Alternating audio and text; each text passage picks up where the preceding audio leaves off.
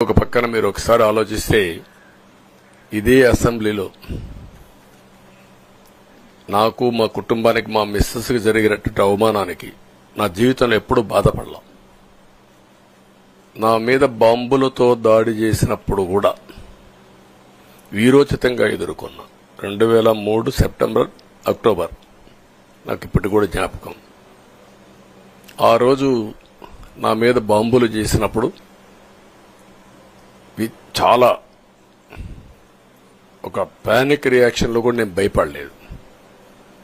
అలాంటి వ్యక్తిని మీరు చూస్తే అది ఆ సంఘటన చూసిన తర్వాత ఇలాంటి కౌరవ సభలో ఉండడం కరెక్ట్ కాదని అసెంబ్లీలో చెప్పి దానికి కూడా మైక్ ఇవ్వకపోతే చెప్పేసి బయటొచ్చి ప్రెస్ కాన్ఫరెన్స్ చెప్పి అనౌన్స్ చేశాను.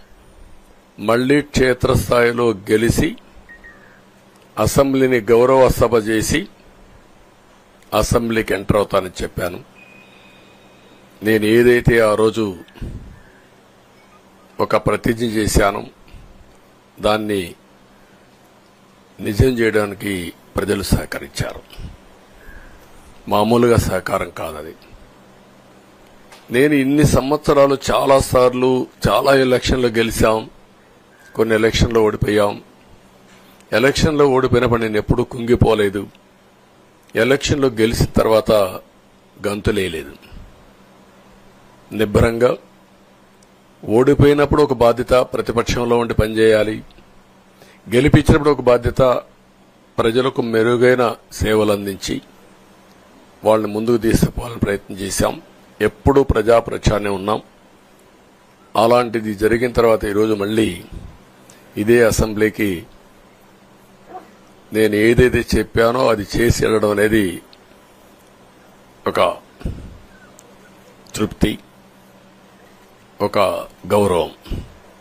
ఆ గౌరవాన్ని నిలబెట్టిన ప్రజలను కూడా మనస్ఫూర్తిగా అభినందిస్తూ మీ రుణం తీర్చుకుంటాం. ఏ విధంగా పనిచేయాలో పనిచేస్తాం. మీ ఎక్స్పెక్టేషన్స్ ప్రకారం పనిచేసి అయితే ఎప్పటికప్పుడు మీరందరూ కూడా మేము ఓటేశాం, మా పని అయిపోయింది, ఇంకా మీరు చూసుకోండి కాకుండా ఎప్పటికప్పుడు మమ్మల్ని నడిపించే బాధ్యత, మాకు సహకరించే బాధ్యత, మళ్లీ రాష్ట్రంలో ఉండే ప్రజలందరం బాగుపడాలంటే ఏం చేయాలో మేము చేసినప్పుడు ఎప్పటికప్పుడు ఫీడ్బ్యాక్ ఇచ్చి నడిపించే బాధ్యత తీసుకోవాల్సిందిగా వారిని కోరుతున్నా.